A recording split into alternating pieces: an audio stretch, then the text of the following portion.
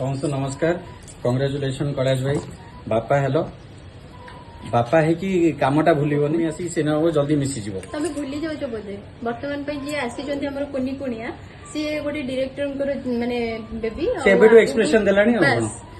Either ସିଏ ଗୋଟେ ଯେ ଶୁଣ ଶୁଣ ତମେ ବର୍ତ୍ତମାନ ଦି ଜଣ ଯାଇକି କନଫ୍ୟୁଜ ପୁଅ ହେଇଛି କି ଝିଅ ମତେ ହେଇଛି? ତ ଝିଅ ଦରକାର ତ ସେଇପାଇଁ ମୁଁ ଝିଅ କଥା ଓହୋ ତମେ କହିଦେଲ। ଆଚ୍ଛା ଆଚ୍ଛା ଆଚ୍ଛା। କୁନି କୁଣିଆଟା କିଏ ଝିଅ ହଉ କି ପୁଅ ହଉ ସବୁ ଭଗବାନଙ୍କ ଆଶୀର୍ବାଦ, ଯାହା ବି ଆସିଥିବ ଆମେ ଆପଣ ମୋ ଇଚ୍ଛା ଝିଅଟି ହଉ। ତମ ଇଚ୍ଛା ଝିଅଟି ହଉ। ଆଚ୍ଛା ହଉ, କିନ୍ତୁ ଘଟଣା କଣ ହେଇ ଜାଣିଛଟି? ମୁଁ ଟିକେ ସସ୍ପେନ୍ସ କରିଦେଇଛି ତମ ଭଳିଆ। ପଚାରୁନ କହୁନ କଣ? ଆଁ ତମର ଯେତେବେଳେ ହେଇଥିଲା ଏନଗେଜମେଣ୍ଟ ମନେ ଅଛି? ତମକୁ ଯେତେବେଳେ ଫୋନ କଲି ନା ମୁଁ ମୋଟରସାଇକେଲ ର କରୁଛି ଆଡଭର୍ଟାଇଜମେଣ୍ଟ, ସେଥିରେ ଗୋଟେ ସିନ୍ ଥିଲା। ମୋଟରସାଇକେଲ ଥିଲା।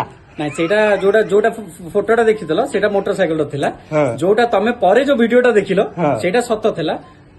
ମତେ ଲାଗେ କି ସେଇଟା କରିକି ଭଲ ହେଲା, କାହିଁକି ଦର୍ଶକ ମାନଙ୍କର ଭଲ ପାଇବା ଆଉ ଆଶୀର୍ବାଦ ବେଶୀ ଟିକେ ମିଳିଲା। ହଁ ଅବଶ୍ୟ ମୁଁ ଯୋଉଦିନ ଯାଇଥିଲି ଜ୍ୟୋତିକି କାର୍ଡ ଦେବା ପାଇଁ, ହଠାତ୍ ଜ୍ୟୋତି ନିଜେ ଗୋଟେ କାର୍ଡ ନେଇକି ଆସିଲା, କହିଲା ଏଇଟା ଆଗ ତମେ ଦିଅ।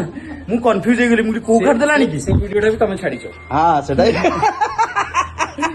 Thank you.